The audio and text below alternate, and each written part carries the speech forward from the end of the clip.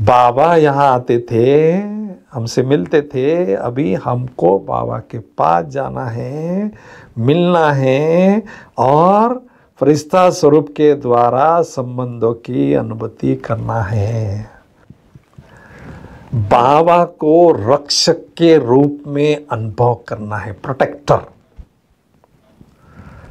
हर कोई चाहता है किसी न किसी का हाथ मेरे सिर पर हो, कोई मेरा बैकबोन हो। अभी ऑल माइटी अथॉरिटी, सर्वशक्तिवान का हाथ मेरे सिर पर है, वो मेरा बैकबोन है, मेरा रक्षक है, हमेशा मेरे साथ साथ चलता है। जैसी शैडो मेरे साथ चलती है, ऐसे बाबा मेरे साथ साथ रक्षक के रूप में चलता है। तो मुझे किसी भी बात का डर नहीं हो सकता है, भय हो नहीं सकता है, क्योंकि सर्वशक्तिवान बाप मेरा रक्षक है। बाबा कहते हैं मुझे साथ में अनुभव करो, लेकिन मान लीजिए आप थोड़ा सा भूल भी जाते हैं और दिल से बाबा को बाबा कह के पुकारते हैं। बाबा ने प्रॉमिस किया है, जो भी बच्चा दिल से बाबा कह के पुकारता है, हजूर 1 सेकंड में हाजिर हो जाता है, सर्व शक्तियों से मदद करने के लिए दौड़ा दौड़ा आ जाता है। केवल एक संकल्प से बाबा दूर है हमारे। तो ऐसा अनुभव करेंगे तो कभी भी आपके दिल में फियर नहीं रहेगा, क्योंकि भविष्य में जो राजे महाराजे बनने वाले होते हैं, रानी महारानियां बननी होती है, उसके लिए पहला गुण आवश्यकता है निर्भयता, फियरलेसनेस। अभी खुद ही अगर डरते हैं तो फिर प्रजा को कैसे संभालेंगे भाई। तो हमेशा याद रखना है, फियर मुझे भगवान का नियर और डियर बनने नहीं देता है। इसलिए वो मेरे साथ साथ सदा रहता है। सुप्रीम सर्जन है बाबा, क्योंकि कोई पुराना संस्कार हमारा होता है, उसको हमें परिवर्तन करने का प्रयास करते हैं, उसमें सफलता नहीं मिलती है, हमें दिल शिकस्त नहीं होना है।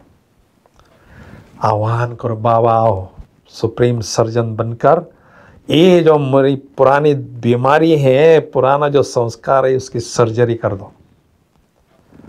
जैसा पेशेंट डॉक्टर को समर्पित होता है, डॉक्टर सर्जरी करता है, ऐसे मुझे बुद्धि से बाबा को समर्पित होना है और बाबा उसकी सर्जरी करके उस बीमारी से हमें मुक्त कर देता है।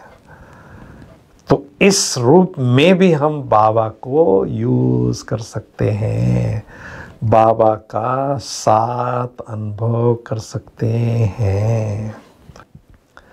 जब भी आपका मन कंफ्यूज है, मन दुविधा में है, बाबा को आह्वान करो, बाबा आओ और मुझे गाइडेंस दो। क्या करो मुझे बताइए। तो बाबा जो गाइड है, तीनों कालों को जानने वाला है और दूसरा निस्वार्थ है। दुनिया के जो गाइड करने वाले हैं उनका स्वार्थ हो सकता है और उनको कल का भी पता नहीं।